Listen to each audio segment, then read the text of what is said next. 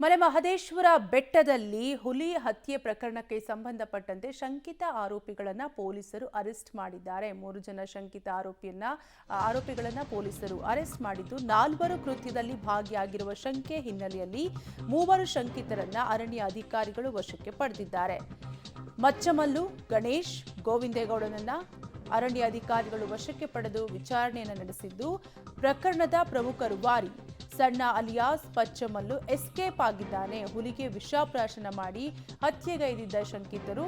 ಒಟ್ಟಾರೆಯಾಗಿ 3 ಶಂಕಿತರನ್ನ ಪೊಲೀಸರು ಅರಣ್ಯ ಅಧಿಕಾರಿಗಳು ಈಗಾಗಲೇ ವಶಕ್ಕೆ ಪಡೆದುಕೊಂಡು ವಿಚಾರಣೆಯನ್ನು ನಡೆಸ್ತಾ ಇದ್ದಾರೆ. ಮಲೆಮಹದೇಶ್ವರ ಬೆಟ್ಟದಲ್ಲಿ ಹುಲಿ ಹತ್ಯೆ ಪ್ರಕರಣಕ್ಕೆ ಸಂಬಂಧಪಟ್ಟಂತೆ 4 ಈ ಕೃತ್ಯದಲ್ಲಿ ಭಾಗಿಯಾಗಿರುವ ಶಂಕೆ ಹಿನ್ನೆಲೆಯಲ್ಲಿ 3ರನ್ನ ಅರಣ್ಯ ಅಧಿಕಾರಿಗಳು ವಶಕ್ಕೆ ಪಡೆದು ವಿಚಾರಣೆಯನ್ನ ನಡೆಸ್ತಾ ಇದ್ದು, ಮಚ್ಚಮಲ್ಲು ಗಣೇಶ್ ಗೋವಿಂದೇಗೌಡನನ್ನ ಪೊಲೀಸರು ವಶಕ್ಕೆ ಪಡೆದು ವಿಚಾರಣೆ ನಡೆಸಿದ್ದು, ಹುಲಿಗೆ ವಿಷಪ್ರಾಶನ ಮಾಡಿ ಹತ್ಯೆಗೈದಿದ್ದ ಶಂಕಿತರನ್ನ ಅರಣ್ಯ ಅಧಿಕಾರಿಗಳು ವಿಚಾರಣೆ ನಡೆಸ್ತಾ ಇದ್ದಾರೆ.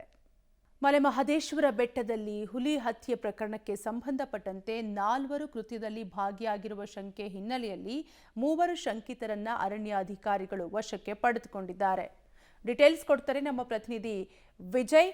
ವಿಜಯ್, ವಿಷಪ್ರಾಶನಕ್ಕೆ ಕಾರಣ ಏನು? ಶಂಕಿತರು ವಿಚಾರಣೆ ವೇಳೆ ಏನಾದರೂ ಬಾಯ್ಬಿಟ್ಟಿದ್ದಾರೆ, ಹೇಗೆ?